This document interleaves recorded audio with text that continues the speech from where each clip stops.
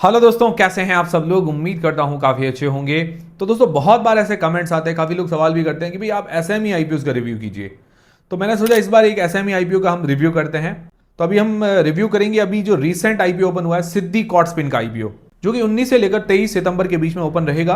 तो इस SME IPO की हम पूरी डिटेल्स देते हैं, कंपनी की डिटेल्स, फाइनेंशियल्स, आईपीओ डिटेल्स, वो सारी चीजें जानते हैं। तो सारी चीजें हम जानेंगे। बाकी अप्लाई करना नहीं करना उसका कोई भी डिसीजन नहीं है। जो भी आप डिसीजन बनाएं, अपनी रिस्क और अपना एनालिसिस लगा के बनाएं। तो दोस्तों, सबसे पहली चीज, ये कंपनी क्या काम करती है, तो कंपनी की डिटेल्स वगैरह जान लेते हैं। तो कंपनी जो है सन 2015 के अंदर इनकॉर्पोरेट हुई थी। करीब करीब 10 साल हो गए हैं अपने ही सेक्टर के अंदर।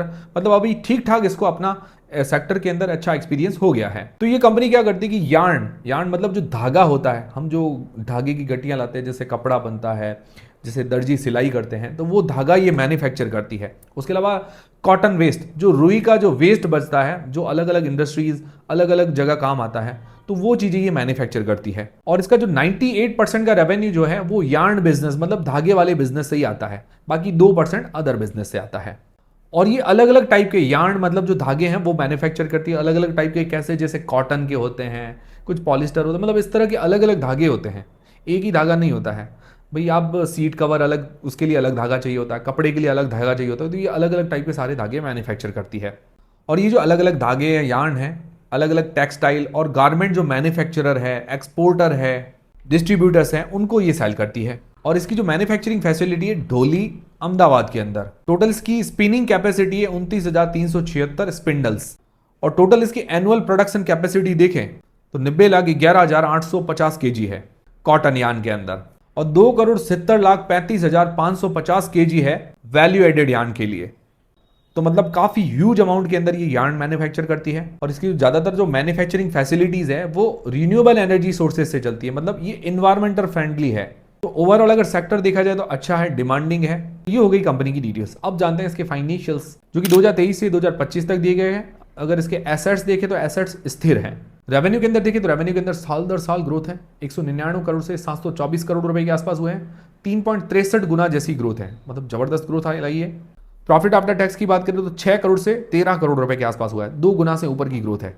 प्रॉफिट मार्जिन निकाले तो 1.81% के निकल कर आते हैं, ठीक है। बाकी इसकी एबिटा के अंदर ग्रोथ है। नेटवर्थ इसकी बड़ी है। रिजर्व्स इसके हाथ में बड़े हैं, 60 करोड़ रुपए के आसपास के रिजर्व्स हैं। और बोरोइंग्स इसके ऊपर कम हुई है, 67 करोड़ रुपए की बोरोइंग्स है। और डेट टू इक्विटी रेशियो अगर देखें तो 0.84 का है, जो कि थोड़ा सा हायर साइड नजर आता है। बट ये आईपीओ के पैसे से 9 करोड़ रुपए का अपना डेट पे करेगी, मतलब 9 करोड़ रुपए अपने डेट रीपेमेंट में काम में लेने वाली है। ओवरऑल अगर फाइनेंशियल्स देखें तो फाइनेंशियल्स ठीक नजर आ रहे हैं। और इसकी आरओई करीब करीब 17.95% और आरओसीए 14.88% के आसपास, बढ़िया है। वैल्यूएशंस की बात करें तो उसका पी 16 के आसपास का है। प्राइस टू बुक 2.65 के आसपास का है। और अदर प्लेयर्स के मुकाबले देखें तो रेवेन्यू के अंदर ये बड़ी कंपनी है। और अदर प्लेयर्स का अगर पी दिखाने तो 12.84 से 68 के आसपास निकल कर आता है। और प्राइस टू बुक 1.37 से 7.27 के बीच में निकल कर आता है। तो प्राइस टू अर्निंग्स रेशियो के हिसाब से और प्राइस टू बुक वैल्यू के हिसाब से वैल्यूएशंस ठीक है।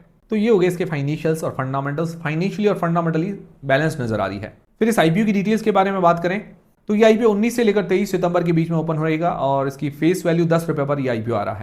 प्राइस में 102 रुपए से लेकर 108 रुपए के बीच में रखा गया। 1200 शेयर्स का ये लॉट है। और इसका टोटल इश्यू साइज है 69.85 करोड़ रुपए का। मार्केट मेकर के लिए रिजर्व है 3.50 करोड़ रुपए के।